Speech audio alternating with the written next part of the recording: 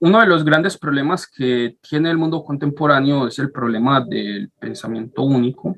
que se ha ido constituyendo a partir, digamos, de la desaparición de los términos amigo y enemigo, que ya al finalizar la época de la Guerra Fría había ido borrándose en la medida en que iba pasando el tiempo y se iban constituyendo los nuevos vectores de la lucha internacional que hoy en día nosotros estamos viviendo.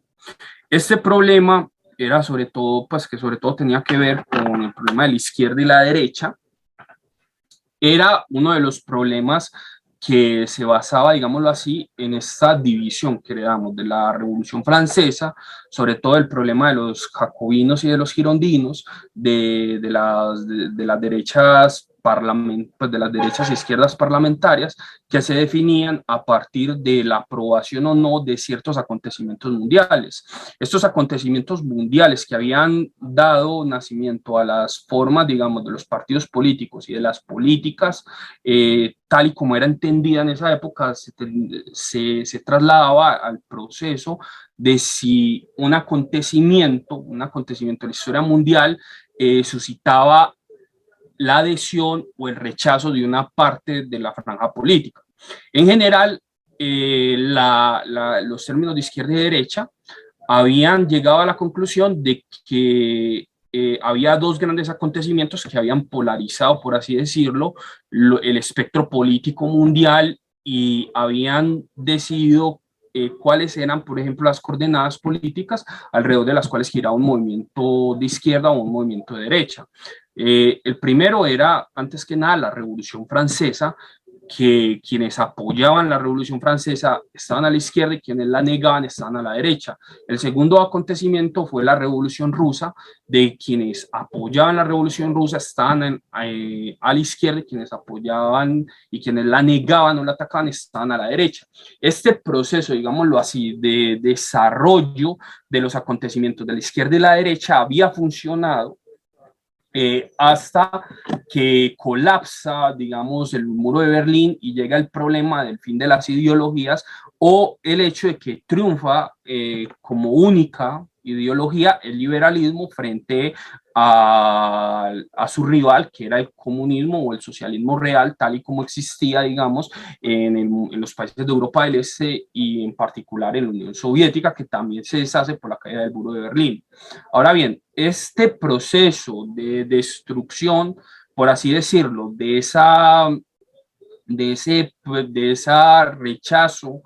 o adhesión a estos acontecimientos mundiales, marcaba claramente las luchas por la hegemonía mundial que se libraron durante todo el siglo XX. Pero una vez que este desaparece, nosotros entramos en un campo cada vez más nebuloso, en donde se va construyendo lo que hoy en día conocemos como el pensamiento único. De hecho, este proceso de la construcción del pensamiento único no pues comienza mucho antes de la caída del muro de Berlín y mucho antes de los procesos que se van dando, sobre todo en partes, digámoslo así, de una izquierda que originalmente no era socialista, que tampoco era comunista, que parte, por ejemplo, de los partidos radicales del siglo XIX, sobre todo de los partidos utilitaristas, del liberalismo más radical y utilitario, pues sí, neoutilitarista, que había surgido, por ejemplo, en Gran Bretaña y en Estados Unidos, sobre todo en Gran Bretaña, con las tesis, por ejemplo, de primero, pues, o sea, de John Stuart Mill, y antes de los filósofos utilitaristas ingleses, sobre todo de Jeremy Bentham, que habían definido, digamos, una forma acelerada, por así decirlo, de emancipación del individuo de todas aquellas libertades, pues de todas aquellas comunidades e identidades colectivas que ataban al individuo. En inglés, esta definición de la libertad, pues era mucho más, eh, digámoslo así, más clara, pues en español no existe tal división, que era el problema de la freedom y la liberty. La liberty era sobre todo la libertad, libertad, pues, o sea, pues, pues, entendida en el sentido de liberar a los esclavos, mientras que la freedom era otra cosa. En español, esta división ha sido traducida como libertad de y libertad para. La libertad de es la freedom, mientras que la liberty es la libertad para. La libertad para, que es la que obtiene, digamos, un esclavo manumitado cuando es liberado, cuando adquiere pues autonomía, es la libertad para participar dentro de los conjuntos de la comunidad. Mientras que la freedom es una libertad negativa que viene diferenciada por esa idea de la libertad para todas las cosas. Originalmente, una gran parte de la izquierda, sobre todo de esta izquierda que hoy en día pues, se caracteriza como progresista, pero que a principios del siglo XX era conocida como radical, o sea, izquierda radical, tenía que ver con esta defensa, por así decirlo, de la libertad de. Y debido a los diferentes sucesos políticos que se llevaron a cabo durante el siglo XX, gran parte de esta izquierda radical terminó unida al comunismo, o sea, pasó por los partidos comunistas hasta que finalmente llega, por ejemplo, digamos, Stalin, llega a lo que se conoce como la contrarrevolución stalinista, la ruptura de los primeros partidos políticos de izquierda y comunistas que empiezan a separarse. Hay una gran migración de estos izquierdistas, por así decirlo, hacia partidos defensores de la cultura que posteriormente van a fundar lo que se llama la Fundación en Defensa de la Cultura, que fue construida en gran parte gracias a los esfuerzos de la CIA, como lo ha demostrado Stoner, pues una profesora británica en su libro La Guerra Cultural de la CIA, donde demuestra que casi Frances Stoner, que muestra que hay una gran migración, digamos, de estos primeros comunistas como Bertrand Russell, que en algún momento apoyaron la revolución bolchevique, pero luego se volvieron antibolcheviques, anticomunistas, grandes defensores del liberalismo que parten de estas primeras tesis, digámoslo así, izquierdistas, viendo en el socialismo comunista de la Rusia, sobre todo de los primeros momentos en donde hay una gran experimentación, una libertad, por ejemplo, para el aborto, de la aprobación de los derechos de la mujer, una encarnación, por así decirlo, de la ética utilitarista que ellos mismos defendían. Sin embargo, con el paso del tiempo, cuando la revolución empieza a tomar un rumbo más nacionalista, en la figura de Stalin, muchas de estas figuras pasan de ser comunistas a ser anticomunistas, como lo fueron Karl Popper, como lo fueron posteriormente Isaiah Berlin, como lo fue el mismo Bertrand Russell, que Stoner analiza pues la migración de estos personajes hacia esas ideas. Posteriormente, uno puede decir que a partir de este proceso, digámoslo así, de la transformación, de las reivindicaciones históricas, social económicas, o sea, de los derechos social económicos hacia una migración, hacia el problema de la cultura y sobre todo de la cultura entendida como espacio a través del cual se difundían las enseñanzas, por así decirlo, de las clases sociales que mantenían un cierto orden social, es a partir de este paso de la crítica de la economía política hacia la crítica cultural que se va dando, por así decirlo, la transmutación de esta primera izquierda que tenía orígenes liberales, luego había adquirido cierto carácter socialista y finalmente había adquirido un carácter pues ya netamente libertario. Se da ese proceso de emancipación y ataque hacia la libertad, pues hacia las formas que se consideraban anquilosadas de las culturas nacionales, de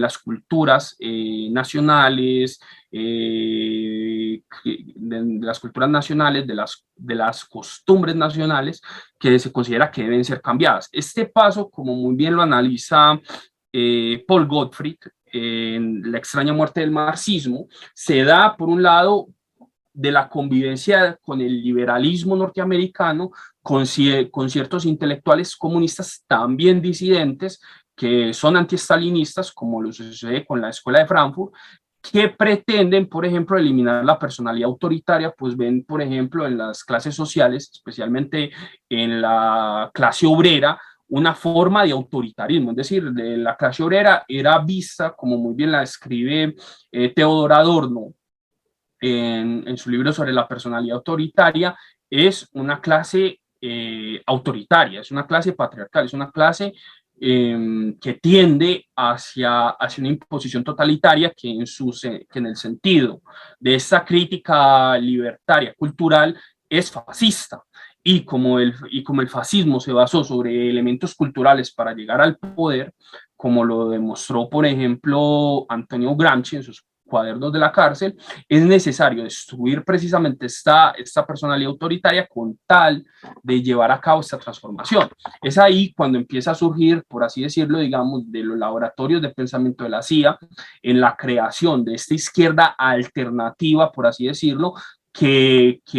era un problema pues, que arrastraba a la izquierda desde el siglo XIX, que incluía un campo demasiado vasto, demasiado grande y que se confundía con el socialismo.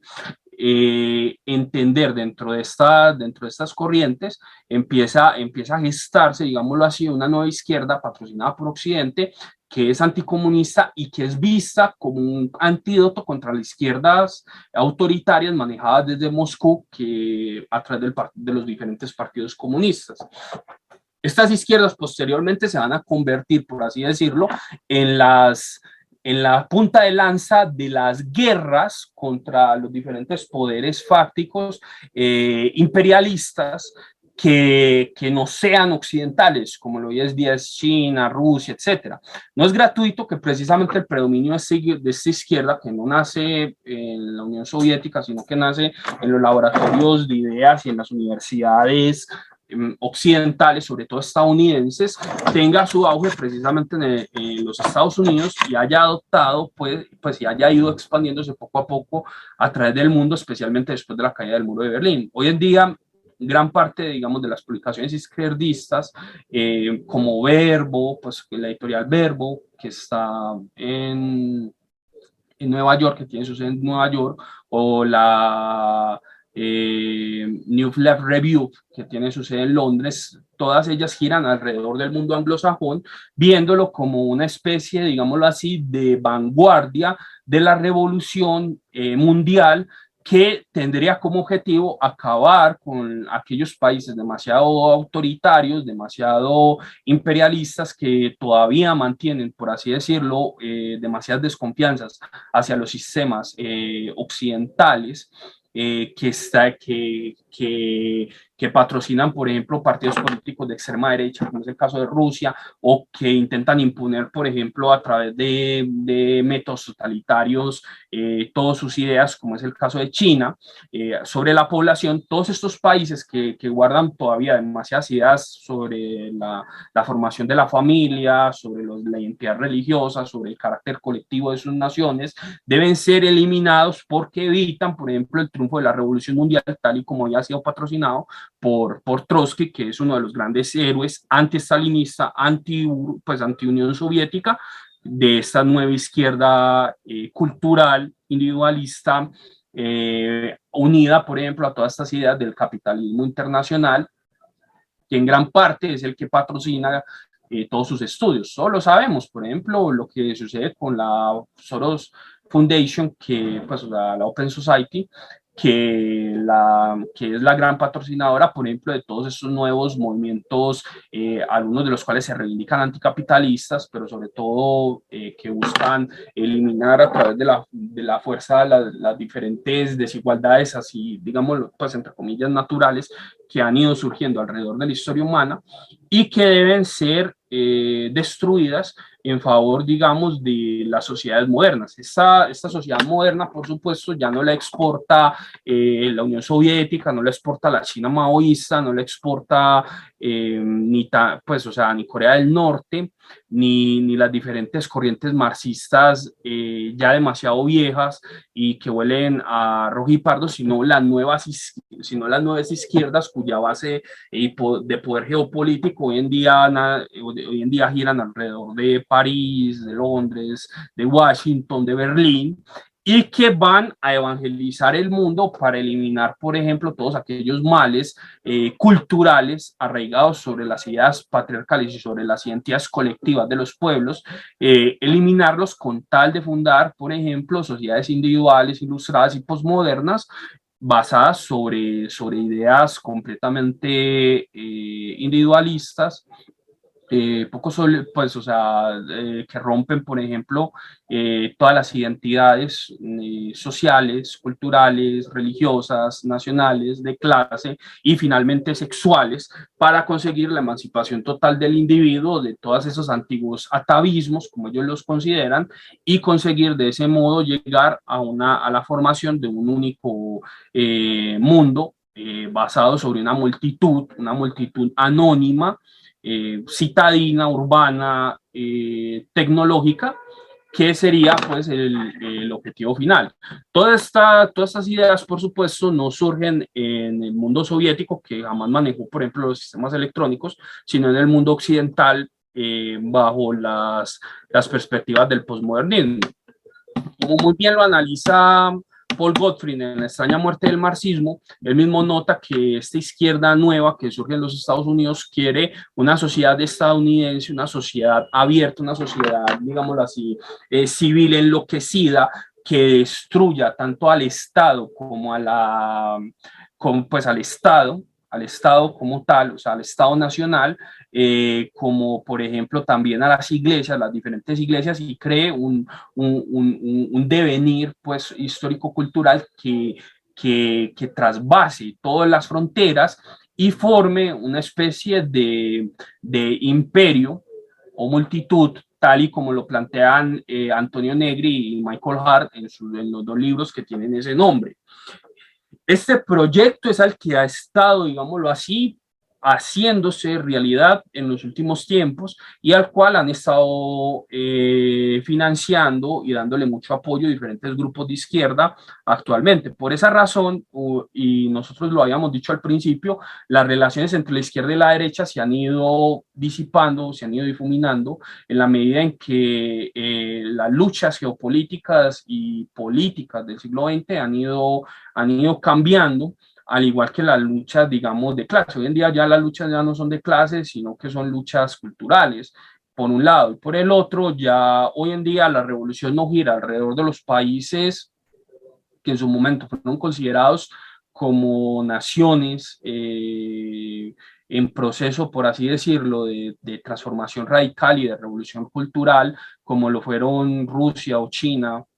a principios y a mediados del siglo XX, sino que gira alrededor de las naciones occidentales primero. Y, y por el otro lado, debemos entender que ya estas luchas han cambiado totalmente. De ahí el cambio total de las alianzas, de ahí que gran parte, digamos, de todas las izquierdas hoy en día se hayan vuelto completamente favorables a las intervenciones de la OTAN a favor de los derechos humanos en Irak, en Libia y ahora últimamente en Ucrania. Y claro, la intervención humanitaria tal y como debe ser llevada a cabo tiene que girar alrededor de un aparato militar. Y ese aparato militar, tal y como ha sido constituido, no puede ser otro sino el aparato militar norteamericano, cuyo eje es la OTAN. En ese sentido, nosotros hemos visto, por supuesto, el nacimiento de una nueva izquierda. Y una nueva izquierda que está directamente a la defensa de las sociedades abiertas, democráticas, individualistas contra las sociedades totalitarias, autocráticas, no democráticas y tradicionales que hoy en día han empezado a aparecer en varias partes del mundo. Ese nuevo marco de lucha, digámoslo así, o antiliberales, pues esta lucha entre las sociedades liberales y antiliberales se ha ido cada vez capitalizando y haciéndose más y más fuerte, hasta el punto de que nosotros hemos entrado pues en una nueva fase de la guerra, la cual tal vez no entendamos bien. Un ejemplo de eso es, por ejemplo, el apoyo que ha recibido la OTAN de gran parte de la intelectualidad colombiana, empezando por de gran parte de la intelectualidad izquierda colombiana, empezando por Héctor Facio Lince, o de políticos de la izquierda más radical, como lo es Iván Cepeda, que han apoyado la lucha, por ejemplo, de Ucrania y de la OTAN contra Rusia, en estos momentos tildando a Putin de ser un nazi, de ser un nuevo Hitler, que está destruyendo, por ejemplo, la Unidad Europea en favor de retomar un nuevo Anschluss mundial, esta vez aplicado a Ucrania y a toda Europa del Este. En fin, esta nueva transformación de la izquierda, esta nueva venir de la izquierda, ha demostrado que hoy en día, por ejemplo, las causas que ellos defendían y los valores que ellos defendían han cambiado y han girado totalmente hacia ideas que tienen que ver más con la discriminación positiva, la igualdad de los sexos, o las relaciones culturales, más que con, por ejemplo, igualdad, pues, o sea, los problemas económicos y sociales, desviando por completo la atención de estos graves problemas que hoy en día están destruyendo totalmente nuestra sociedad a través del frío cálculo, pues a través de las frías aguas del cálculo económico, tal y como decía Marx, que han ido sometiendo poco a poco al proletariado hasta hacerlo pedazos, tal y como nosotros hoy en día vemos. En definitiva, este paso de las izquierdas económicas a las izquierdas culturales tiene que ver también con un giro hacia el capitalismo y hacia el neoliberalismo que en gran parte de estas mismas izquierdas han dado en los últimos años.